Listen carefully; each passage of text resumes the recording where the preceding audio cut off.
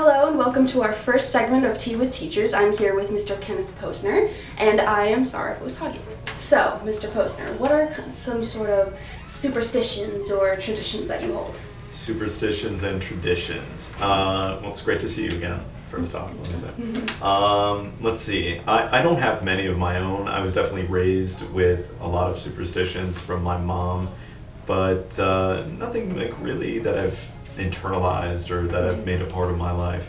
I remember she would get upset if I would like step over my brother if he was laying down.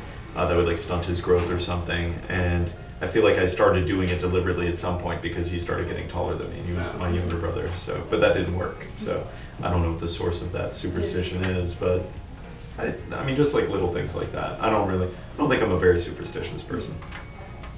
So what current trends that are baffling to you? There's like any particular kind of trend or anything, any trend. I think I don't know. I'm not really up on the trends, but I don't even know if it's still a thing. But the stepping on the back of shoes, like on to make them into like slippers. Like is that a thing still? Flat tiring. Yeah. But like some people do it deliberately and like walk around with it. Yeah.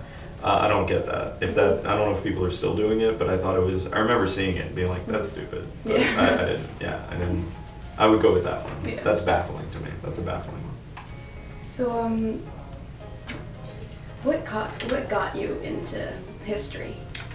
I think like most historians, I think it was a great history teacher for me. That was my teacher, Mrs. Willick, when I was in high school.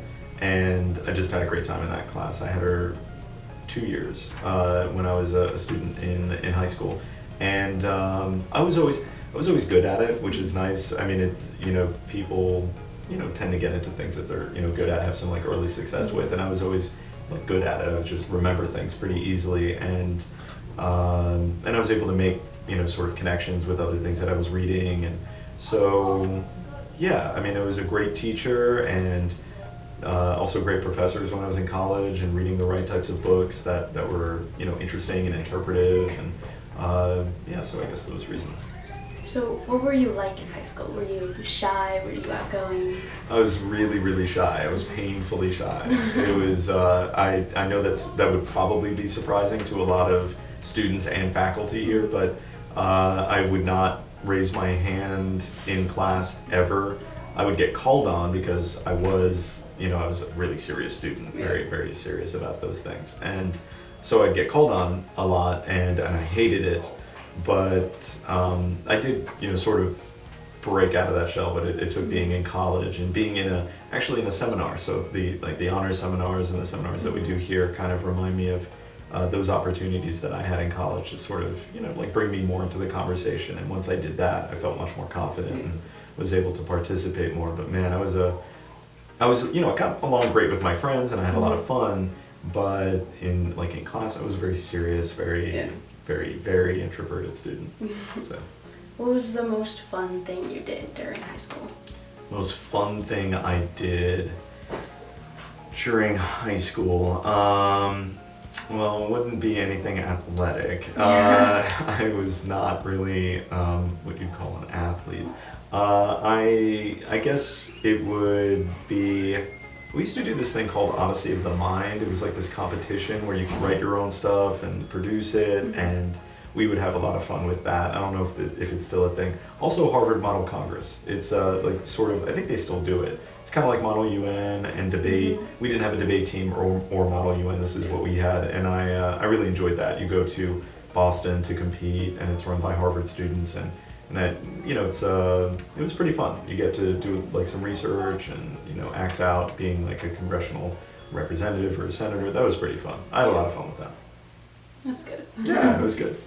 So if you could pass on wisdom to your students, what would you do?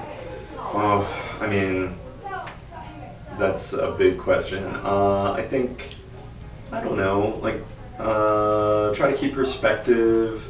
Try not to it's easy to say this, and I remember being in high school and being very anxious about things and wondering how things are going to turn out and stuff, but really just, I don't know, listen.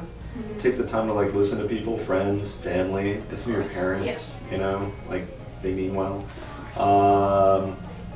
And, you know, obviously listen to your teachers, you know, for the most part. Yeah. But question them too, like hold them accountable and like, you know, ask good questions. Yeah, I guess, yeah, listen and be present, be aware, and keep perspective. Like it's never, like, I know that it feels like when something happens, it's like the end of the world, but it's probably not. Like, probably That's not. good. Yeah, unless you're looking at the wildfires in California. That looks like the end of the world. So, this is Tea with Teachers. I'm here with Mr. Kenneth Posner. I'm Sara Booeshaghi, and we are going out. And that's it.